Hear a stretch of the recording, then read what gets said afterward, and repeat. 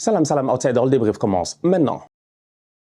Le Sénégal se qualifie pour la prochaine Coupe d'Afrique des Nations au Maroc. Vous-même, vous le savez, cette équipe nationale du Sénégal-là, finalement, n'aura fait de cette phase de qualification qu'une phase de formalité. C'est-à-dire qu'à un moment donné, il faut commencer à nous respecter. C'est vrai, les qualifications, c'est important et tout, mais nous tous, on sait l'échéance que nous tous, on attend. C'est essayer d'aller chercher cette deuxième étoile-là. Pour ce faire, il va falloir non seulement guérir des traumatismes qu'on a eus en Côte d'Ivoire la dernière fois, nous tous, on s'en rappelle quand même, qu'on le veuille ou non, Cabri mort, est-il encore mort, je ne sais pas quoi, il est revenu à la vie pour après gagner sa coupe. On était présents, on perd au penalty, on n'a pas eu de chance, 3-5-2 nous a tués, vous étiez là en train de parler. Bref, il y a plein de choses en fait qui reviennent dans ma tête et je me dis, waouh, on est dans quelle année là? On est le 15 octobre 2024, c'était en 2024. C'était il n'y a pas longtemps. C'était en février là. C'est-à-dire qu'on dirait qu'il y a eu une éternité entre la dernière CAN et puis maintenant. Non, c'était il y a 7, 8, 9 mois là, sincèrement, qu'on ne se gérait pas malheureusement face à la Côte d'Ivoire. Donc du coup, aujourd'hui, en date d'aujourd'hui, on sait qu'on va retourner au combat, au Maroc, en 2025. Il va falloir essayer, je dis bien, d'aller chercher cette coupe-là. Je suis obligé de tourner autour du pot parce que je ne vais pas vous mentir, franchement, le match était nul. En fait, on s'est qualifié, le match était nul. Aujourd'hui, on a joué, on a gagné 1-0 à l'extérieur. Je suis obligé de donner un tout petit peu, je pense, de... Voilà, j'ai envie de dire que les conditions climatiques ne sont pas les plus simples quand tu te déplaces en Afrique. On l'a vu aujourd'hui, la pluie, tout ça, c'est pas facile. Il y a même des situations qui ont été compliquées durant cette trêve internationale. Pour ceux qui ne le savent pas, je vous invite à aller voir ce qui s'est passé avec les Super Eagles du Nigeria pour leur match face à la Libye qui n'aura jamais lieu pour des raisons qui sont, mais je dis bien, mais incompréhensibles en fait. C'est vraiment le bordel de temps en temps. Donc du coup, les conditions ne sont pas forcément les plus simples. Le Sénégal voyage jusqu'au Malawi, il pleut. Tu es en plein milieu de journée, les joueurs ont des matchs importants ce week-end, tu n'es pas aussi, qu'on le veuille ou non, j'ai envie de dire, voilà, tu as des boys qui ce week-end jouent des matchs de première ligue, de Serie A et tout ça, ils n'ont pas envie de se blesser, le terrain était un peu mouillé, tout ça, tu ne veux pas prendre trop de risques, il y a tellement de facteurs qui font de telle sorte que le match, en fait, il est pourri, il est nul. Mais ce qui est intéressant, c'est qu'au moins tu peux dire que Pape Thiaw, il a tenté, il a osé. Pour un deuxième 11 de départ, il y a eu quelques changements, des changements quand même assez intéressants. Formose Mendy qui continue encore une fois sur le côté droit. Il a intérêt à se gérer parce qu'il est en train de gagner du temps de jeu qu'il n'avait pas forcément sous Aliou Cissé. Donc du coup, vu qu'on est revenu dans un système à 4 derrière et que lui, c'est un latéral droit ou du moins un défenseur droit dans une défense à 3, Formose commence à avoir du temps de jeu. Il faut qu'il se gère, il faut qu'il rentabilise là-dessus. Kalidou Koulibaly, Niakate en défense centrale.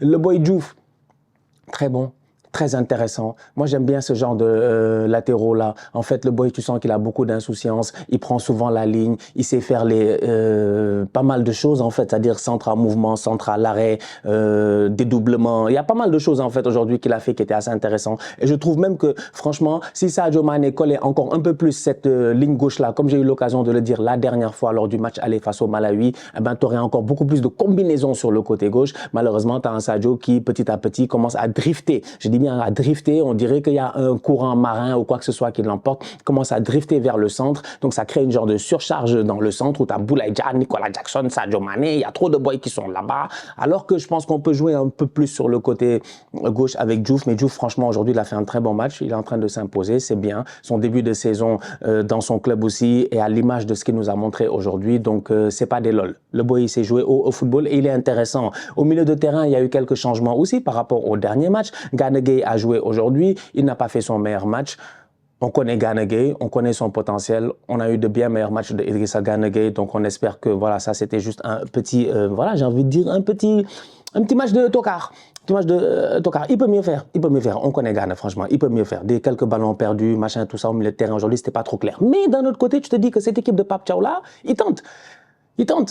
Peut-être que Aliou Cissé serait venu avec des 11 de départ que nous, on aurait déjà préimaginé. J'aurais jamais imaginé voir Habib Diarra là-bas, comment il s'appelle, Boulaye Dia derrière l'attaquant, Sadio Mané sur le côté, Jackson en pointe, c'est-à-dire qu'il y a eu pas mal de choses qui sont nouvelles, en fait, Donc c'est normal aussi que les boys n'aient pas forcément les bons automatismes sur le terrain automatiquement. Donc ça c'est vu, comme je disais tout à l'heure, un tout petit peu de surcharge au milieu de dans cette voilà en phase offensive, pas assez, on prend pas assez la ligne. Je l'ai vu de temps en temps avec Diarra et Formose de l'autre côté, mais il y a possibilité de faire encore plus, d'élargir encore plus le jeu. C'est important d'élargir le jeu quand tu joues face à des blocs défensifs comme celui du Malawi, où les gars ils vont rester à 10 derrière, et ils vont essayer de bloquer le maximum et t'éviter d'avoir des espaces. Comment tu te crées des espaces? Il faut élargir. Plus tu élargis, plus tu te crées des espaces, plus d'autres joueurs peuvent essayer de s'engouffrer dans les demi-espaces. Donc il y a pas mal de choses en fait où je me dis, c'est que des ajustements, il faut du temps. Il faut du temps, on va voir les 2 prochains matchs de qualification sont des matchs sans pression vu que tu es déjà qualifié, c'est bien, mais c'est des gros matchs, dont un face au Burkina Faso à l'extérieur. Donc j'ai hâte de voir franchement de quoi on va avoir l'air la prochaine trêve internationale en novembre. Elle va être sûrement très intéressante. Maintenant, à savoir si Pape Thiaw va rester ou pas, ça c'est autre chose. Ça, je pense que nous, on ne sait pas. Moi, je ne sais pas. Franchement, je ne sais pas. J'ai aucune idée. Alors là, ça, je peux vous dire que j'ai aucune idée si Pape Thiaw va rester ou pas.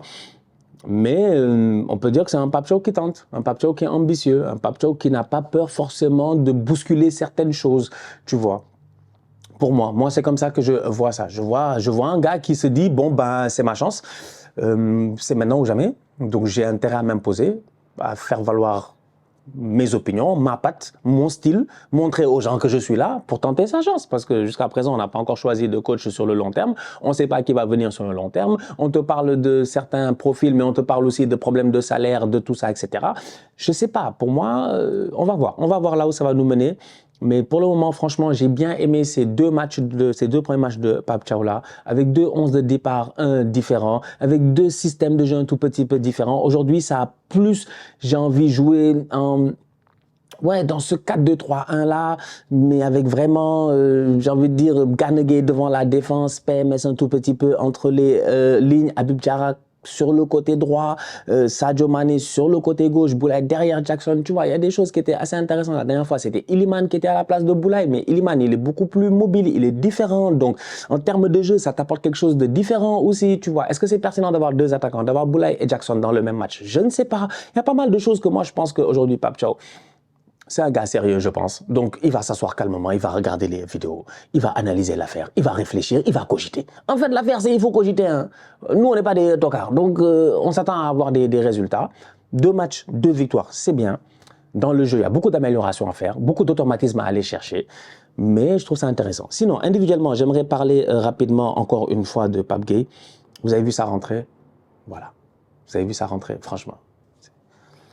Je vous ai dit, faites attention. Faites attention, le petit est fort. Ah oui, moi je te dis, je rigole pas.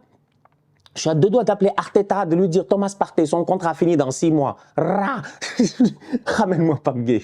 En tout cas, Sadio Mané, buteur. Son début de saison est très bon au niveau de Al Nasser. Cet été, ça a été compliqué avec Sadio Mané. On disait Sadio Mané allait partir. C'est la fin de Niancho. Il va finir dans un club relégable en Arabie Saoudite. J'étais comme wesh. Sadio Mané, Liverpool-Bayern. Sadio Mané, champion d'Afrique. C'est Sadio Mané qui va finir dans un club relégable. Ouais, il faut respecter Sadio Mané. Quand même, c'est pas n'importe qui. Sadio Mané s'entend pas avec Cristiano. Cristiano, Sadio Mané, machin, tout ça. Mais jusqu'à là, la semaine passée, il y a passe décisive de Cristiano pour Sadio Mané. C'est du n'importe quoi. Donc, c'est un Sadio qui, finalement, malgré tous les bruits qui sont autour de lui, malgré, c'est vrai que c'est un tonton. En fait, il faut dire la vérité. Sadio commence à devenir vieux. C'est pour ça que je me plains en disant Sadio, colle la ligne sur le côté gauche, il ne peut plus coller la ligne sur le côté gauche. 1, 2, 3, il rentre à l'intérieur pour aller chercher. Il cherche l'intérieur. Il sait pourquoi il cherche l'intérieur. Il n'y a pas de problème, franchement. C'est notre Sadio. On l'aime trop. Donc, mais, à un moment donné, sincèrement, Sadio, gère-toi. Sadio, gère-toi. Et aujourd'hui, c'est géré. Franchement, ces derniers temps, on était là. Et des bœufs étaient là. À 2 doigts de le mettre sur le banc. À 2 doigts nationalement de le mettre sur le banc. Mais il s'est géré. Il marque un beau coup franc en fin de rencontre. Un coup franc très important qui permet au Sénégal de se qualifier à la prochaine CAN. Mais au-delà de ça, c'est plus l'audace de ce coup franc-là, de le poser, de le claquer. Le ballon par-dessus le mur. Bon, le mur n'a pas vraiment sauté. Le gardien est assez nul. Mais le coup franc est quand même bien placé. Donc, bien joué de la part de Sadio Mané. Niancho, qu'on le veuille ou non. C'est lui la légende. Et oui, c'est lui la légende. Et les légendes, c'est ça qu'elles font en fait. Dans des moments compliqués, ils peuvent sortir l'épingle du jeu et aujourd'hui, il l'a fait. Donc, victoire du Sénégal 1-0 face au Malawi. Bon match de la part de PMS aussi, assez intéressant dans le jeu. Franchement, très bon, intéressant. J'espère qu'il aura plus de temps de jeu avec Postecoglou au niveau de Tottenham, mais bon match de la part de PMS. Il a été très bon. Voilà, je pense que globalement, j'avais pas grand-chose à dire. J'ai beaucoup hésité à faire un débrief, mais je me suis dit quand même, on va venir balancer un petit débrief. La famille, on se capte très bientôt pour une nouvelle vidéo. D'ici là, continuez à liker, on continue à partager. On s'abonne. On est ensemble, on reste en santé. C'est toujours le plus important. Tous outsiders.